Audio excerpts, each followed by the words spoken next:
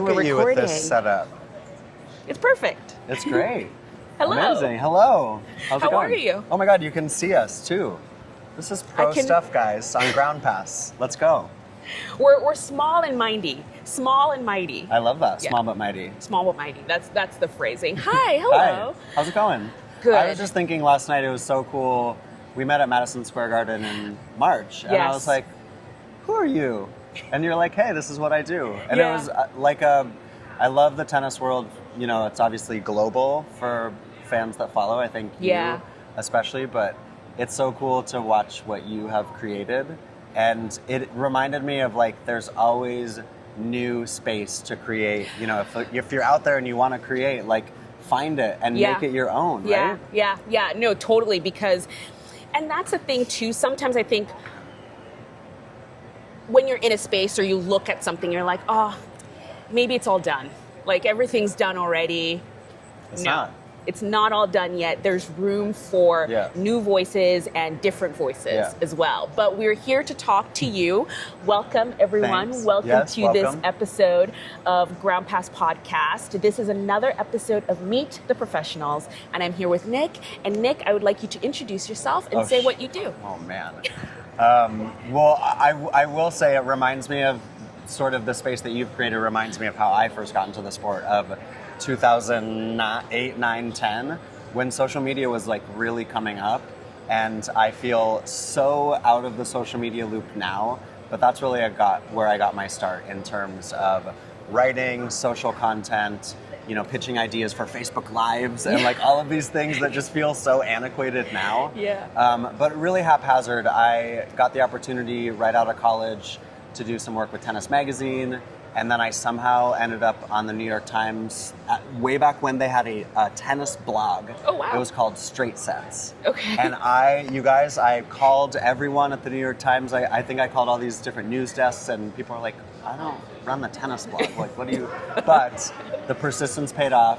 I ended up writing some bloggy, you know, this is 14, 15 years ago. And that really gave me then the stepping stone to be like, hey, I work with the New York Times. And then Yeah. that helped me work with the USTA a little bit. I started writing for people like ESPN. Eventually, I did 2 years at USA Today as their tennis reporter in 2015 and 16, which were huge years for Serena, obviously, Yeah, and yeah. among the other of the golden generation. So that really helped me into my career. Today, I do a balance of, I work part-time for the Olympic Channel, which is the day-to-day coverage of the Olympic movement from the IOC. I'm on our greater global content team. And then I come to events and I do stuff like this. So here I'm emceeing in Cincinnati. I'm doing a lot of the public-facing player interviews. There's a team of 5 of us. Yeah. But I've done the Australian Open. We did the Cinema Sessions this Yes, year, which I hope yes, people have yes. had the opportunity to check out, not because of me, but because of the amazing content that the players provide. Yeah. We sit them on a couch, we give them popcorn, and they watch themselves. They are the movie, Yeah. which is awesome. And then we did a daily show at the French Open from Paris with Clay, which was a daily 12-minute show about everything but the tennis at Yeah. the French Open. And at Wimbledon, I was hosting a behind-the-scenes stream. So we had cameras affixed all over the grounds, and it was basically giving you guys a view of Wimbledon outside of the match court, and that was on every morning from 9 a.m. to 1 p.m. So gigs like that, I do radio, I do podcast stuff, obviously, Yeah. but anything media-facing, that probably gave you a lot about me, but also nothing both at once. But I think that's how people know you now, or at least have seen you. It's like they'll Yeah. see you with the cinema sessions, or they'll Yeah. see you walk around Roland Garros and things like that. Or more importantly, especially tennis fans, they see you on court and you're interviewing a player, and you know they're like, "That? How do I do that?" So before we get into Yeah. that, let's start way back in the beginning when you were wee little Nick, and you thought, "When I grow up, I want to be." Yeah. What was that? I mean, when I grew up, I want to be a tennis player was the first Ooh, dream. yeah. But I grew up in Montana where there's like 3 months of tennis playing weather each year. So that dream died probably by the time I was like 14. And then it actually, like sophomore year in high school, like I want to be a tennis journalist. I mean, it Okay. was like very early. So right away, you were in tennis. You were like, Yeah. that's it. Okay.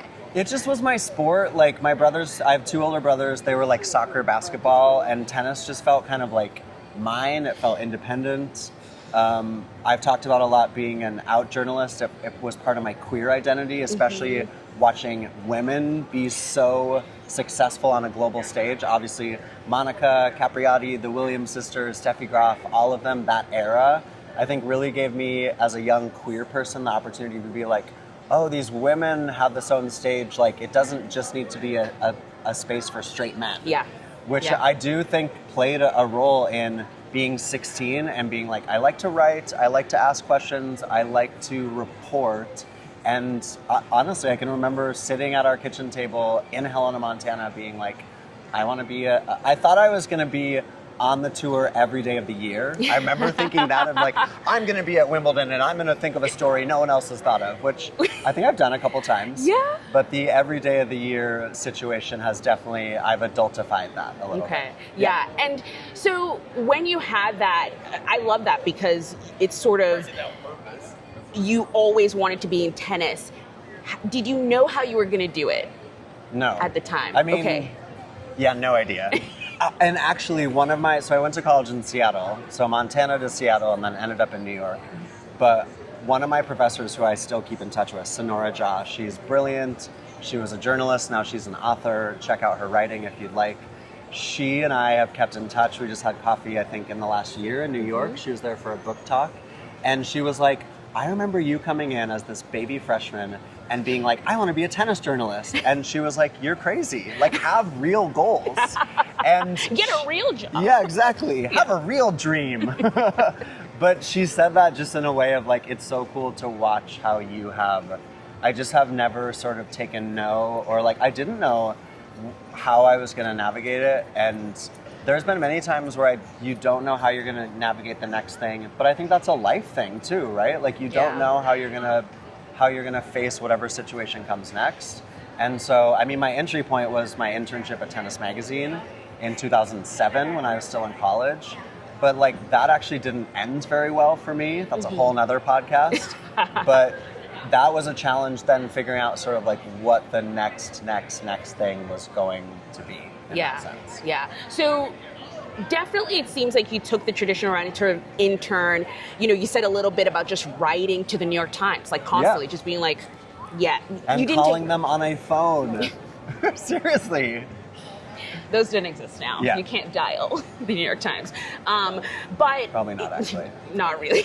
But you know, I think a lot of people trying to get into tennis and stuff. Is there a if I'm a young person, I want to get into tennis journalism, what would you tell me? Well, I feel like do? the game has changed so much, right? Like, I look at what you're doing, and I say this honestly, of like, you have not only started did it start as a podcast, OG? Yes, OG is a podcast, But now you're this multimedia, like, we're on video here. I know you write, you do the 5 things to watch, the players that you know, the unsung heroes, all that kind of stuff. So I don't think that's the only way, but I think that building some sort of social groundwork is big. And I think that also, it includes not just being opinionated, not just having a hot take, not just being like, well, I think X on Y. It's about being, as I think you've done, and this is where I go back to my beginnings of like doing your research and what is a story. Last night we had Terrence Atman on our court here, which was such a cool moment for this French kid who's 23, has been toiling at the challenger, sort of middling in those spaces, and has this breakthrough win. And then I get to try a little bit to help people get to know him on court. But he throws on a Cincinnati Reds jersey. Here's this French guy who just had the biggest win of his career over Flavio Caboli. So doing the research, having some of that social fabric, and I think also willing to reach out to people, whether it be a tournament or a brand or a news outlet, and asking the question and saying, can I do this or can I contribute in this way? I think those are all different entry points or on-ramps that you have to be able to explore, and willing to get no's and willing to get people not responding to your email. Yeah. A lot of my friends in New York when I first moved there were all Broadway people, and they're going into these Broadway audition rooms and they're getting no's. You have to be willing to take no's and to take rejection, and that is, I think, a big key if you want to get into this space. Yeah. Don't you think? No, totally. Like, it's 90% no. It's 90% no for that 10% of yes, and then you're golden. Actually, interestingly, speaking of Broadway, speaking of being on stage, so we've talked about your journalism background, and you still use it a lot. Yeah. But I think where people see you the most now is visually. We see you on YouTube, we see you on, videos and all of that. We see you on court, on stage. Yeah. Did you always know that's where it was going? No. When was the first time someone said, yeah, you got to go present, you got to go do that? Yeah. Do you remember when the first time that was? So again, I feel like I'm dating myself here, but 2010 to 2013, 14, I was wholly in on social media content creating behind the scenes, writing a lot, working for as many tournaments as I could, reaching out, doing a week in Tallahassee and Memphis and going to Stanford and doing the tournament in Stuttgart. I mean, anyone who would take me on and trying to figure it out financially too, of maybe not making a buck. Yes. Maybe splitting even, maybe taking $1,000 for the week and paying for my own hotel, all of these different things. Yeah. But it was my 2 years at USA Today where I was the tennis reporter, which is an amazing opportunity that I sort of stumbled into. I was their tennis reporter and I was writing, and I just started to get this sense of I understand the on-camera presence that you need, and I was seeing other people do it. I was like, I want to do that too. And at USA Today at the time, I said, can I do more than I was just doing tennis? So I was doing 10 weeks a year just at the slams. And at the time, USA Today and my editor, Roxana Scott, who I still have a great relationship, she just said, Nick, this is the only thing that we have for you right now. It's just the tennis and it's just writing. And I said, okay, Rox, I'm going to go. And it was a big risk, I think. Yeah. But at that point, also, I had the relationships enough of doing the social media stuff, where I got a YouTube show at the Australian Open. It was called the Twitter Blue Room. If you know it from way back when, we had Andrea Petkovic with a giant oversized tennis racket playing semisonic. I mean, just good fun stuff. So taking that chance of saying I can be on camera and asking to do it, again, asking for the no's, doing it at Matt Van Tynen at Indian Wells, letting me do player interviews during media day. I had no idea, Anastasia, what I was doing at all, but faking it till you make it, asking for those opportunities, where I feel like people now have opportunity to do that on your own social media. Yeah. But no, it wasn't something that I had trained in. My journalism program was written, so that was then the opportunity of, again, hearing those no's, but asking the questions. Were you ever... I have terrible stage fright. I might not seem it, but I have terrible stage fright. But did you ever have that moment where you're on court and now you have to sort of talk to this player? Absolutely. The player stuff is actually, I would say, the easier. Really? Okay. I find it a little tougher by myself, or when you're trying to rev up a crowd or get a message across or get people hyped up or whatever it is. I find that more challenging. And I will say too, you're being very kind to me. I'm not on the big stages. Sometimes I am there, but I actually find myself, I'm more of an introvert as well, which I know probably doesn't come across in my work. But I finish these days and I am wiped. I don't want to talk to anyone. Don't bother me. I want my glass of wine. I might take a special gummy and sink into the hotel bed because at the French Open, we were doing that show, and it was so fun, but it was probably one of the most taxing, challenging.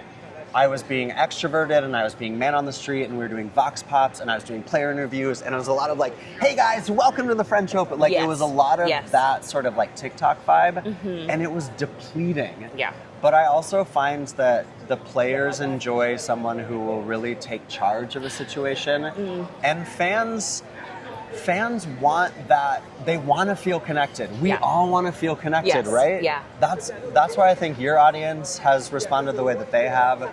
And people, whether they're on a stadium, you're on a screen, you're telling them about tennis, you're doing an interview, they want to feel connected to what's out there.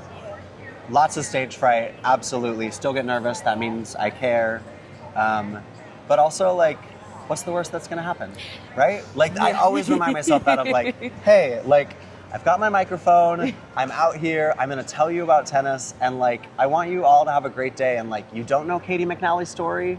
Today in Cincinnati, we've got Katie McNally on my court. I want those fans to understand what it means for her to be out here, because then people feel more connected to Right. what they're experiencing. Right. So take us a little bit behind the scenes, because I think you've talked a lot about telling the player stories. That to me means you do a lot of research behind the scenes. So what is planning a day on court like for you? Yeah, and it's actually a good challenge for me now, because I used to only be tennis, and now I'm part-time with the Olympics. So even like, to go back to the Terence Ottman example, is I didn't know a lot about him. So going through their social media handles, definitely to get a little bit of the personal flavor, understanding their ATP, bios in terms of results. Have they mostly been on the Challenger Tour? Trying to find that mix of like their tennis isms and what makes up their tennis story, and then also their personal human story. Yeah. And being aware, especially when we're on court, is like giving them the comfort level to, like the other day, I had Fabian Marozsan on my court, and he had just beaten Felix Auger-Aliassime in Toronto on center court, and then he comes to Stadium 3 and he beats Colton Smith, American. The crowd was against him. And I wanted to ask him about that. Yeah. Because he played smooth, smart tennis and he won that match. But I also don't want him to feel uncomfortable of like, the crowd was rooting against you. Yeah. Because they were being fair. Yeah. But then I felt like I was careful enough with it where then Fabian was able to say like, yeah, I like to be out here and feel like the crowd is engaged, and I want to win. So no matter if I'm in Toronto or Cincinnati playing a Canadian or American. Yeah. So I think the research is important, but also like feeling out and understanding the cadence of the person. And, whether they're a low talker or they're shy, or just something simple of like making them feel comfortable and feeling like they can share their story. Again, last night with Terence Ottman, I'm like, hey, it's Ottman, right? It's not Ottmane. Because it's like, it's a French name, so I want to be sure. And even just that, I think he was like, yeah, it's Ottman. Like, thanks for asking. The research is huge, and sometimes you out there and you don't have the research that you would have wanted in terms of timing. And so then it's like, okay, what was the situation? And also, like, what do fans want to connect with? The mentality, the pressure points, the human moment of being out there on a tennis court and trying to achieve something. Yeah. Whether it's for someone like Taylor Townsend, who won on our court yesterday, who's been around for a minute, but is still trying to punch up in her singles as doubles world number 1, or like an Ottman who's having the biggest win of his career, trying to understand what that moment means to them in their tennis too. Yeah. So you've been around. You've been doing this for forever. 15 years. Let's go. Is there anything, I guess I can put this in two separate, an A and a B. Yeah. A part, is there anything innovative-wise that you would like to see in tennis presenting, in the way we present tennis? Is there anything new you would like to see? Yeah. And part B, is there anything new you want to do personally in the world of tennis? Shit. Okay, that second part. Let's go. We're getting real. Okay, so I love like products like UTS. I think we do a great job sort of here on tour as well. But then also I love what we're seeing of like mid-match coach interviews, microphones in the coaching box, the ability to, like at United Cup earlier this year, Tennis Australia had pre-match interviews with coaches, which I think you're getting more meaty. Oftentimes the pre-match player interviews are just so tough because they don't say much. So I think always thinking of like, what's the next chance for us? Like, come on, turn on a WNBA game, NBA. I'm actually not a mainstream like NFL. I think it's happening where you've got microphones in player jerseys and they're cutting stings of 30 seconds of in-game content. Like, we need that in tennis. And how we can play a part sort of on the commentary side, I think is really important. Yeah. Of being able to understand, yes, we need to be protective of the player and their mental space out on court, but I think that there is that opportunity of like, let's take people inside the drama. Yeah. And really. Some of those NFL cuts are so fun. Like some NFL of them does it too, yeah, right? they're just like, it's so insightful, and then also just some of them are just hilarious. Like just listening, you're just like, what are you guys talking about? Yeah, exactly. There's That's a good, whole though. match, but yeah. Great question on the personal side. Yeah. I don't know. I can honestly say, like, right now, my mantra or my focus more in my life has been about appreciation and sort of, just being present of even being here and just having the job that I do. I don't know, I guess it sounds like cheesy and corny, but just being able to stay in the now has been really important for me. And I haven't done a 1, 3, 5 year plan. That's probably on me, running my own company. But I'll do all 4 slams this year. I haven't done that since 2019, so that feels amazing. And I've done really unique, fun products with great production teams, creative people. And we're like, I know there's a lot of jadedness in the tennis space, but I will say we are out here and we are trying to do cool shit. Yeah. We are. And from working with Whisper and Wimbledon, the All England Club, the FFT, Tennis Australia, like there are people in these spaces. Just in that I can name, 10 different producers who are like, hey, let's do cool stuff that people want to engage with. Yeah. And the players are mostly game for it. So, and it's a crowded space out there, right? Like, the internet is a wild place. So I think that there is the effort. Yes, we can do better. You know that too. I think you see it too, of like, how can we try to continue to be different in tennis, right? And like grow the sport and just sort of, get more voices in and, show the sport in a different way. Because I think a lot of times what people, or at least what I hear from people who, engage with our channel and stuff like that, is that they just don't even know. Yeah. They feel sort of like tennis is this sort of it's tennis. Yeah. And they're not allowed in. And I'm like, no, it's actually the most chill sport ever. And then once they start getting a handle on it, they're like, oh, yeah, I could just come over and just right. like chill on the outside court and just like eat my snacks and like whatever. And do this? You not do this? But don't you think too, and I'm curious your perspective on this, is that there's a lot of cool stuff out there. Like between the tours and the TV products and the tournaments and the players themselves and their teams, I know that we have to continue to evolve, and that's what you're saying. Yes. But also, like, if you want to be a fan, there's a lot of cool stuff happening to consume as well. There's a lot of stuff that you can already, watch, consume. It's already out there if you want. If you want it, and you can find it for sure. Yeah. It's growing.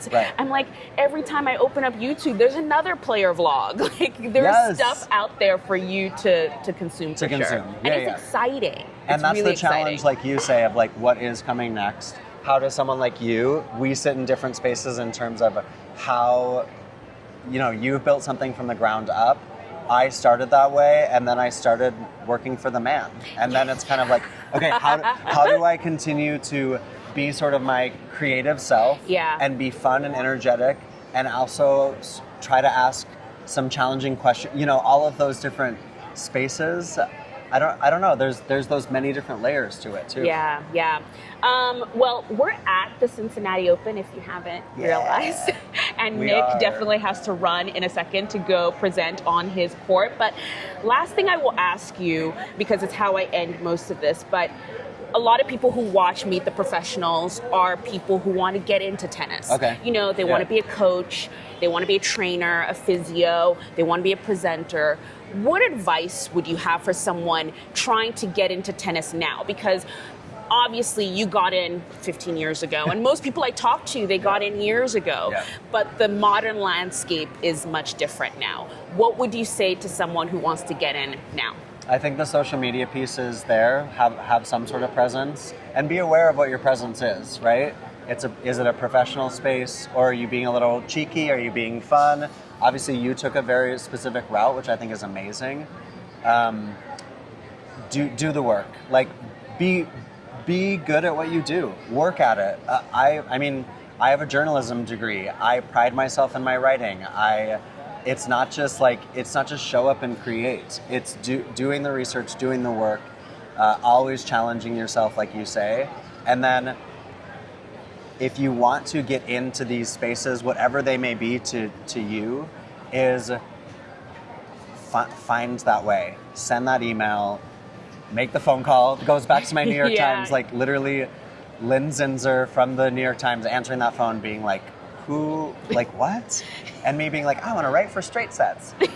But there are people behind the emails and the brands and the products, and asking those questions and being willing to take no for an answer. It's not going to happen overnight, and there's going to be a lot of no's. And even now, like there are opportunities or gigs or places and spaces that I've wanted to be that I got no's for. I had a job. I've had many jobs that I've done for 1 or 2 years, and then they went a different direction. And that's not personal on me. It's a product. This is business. Don't take it personal. Continue to chase what you want. Do the work.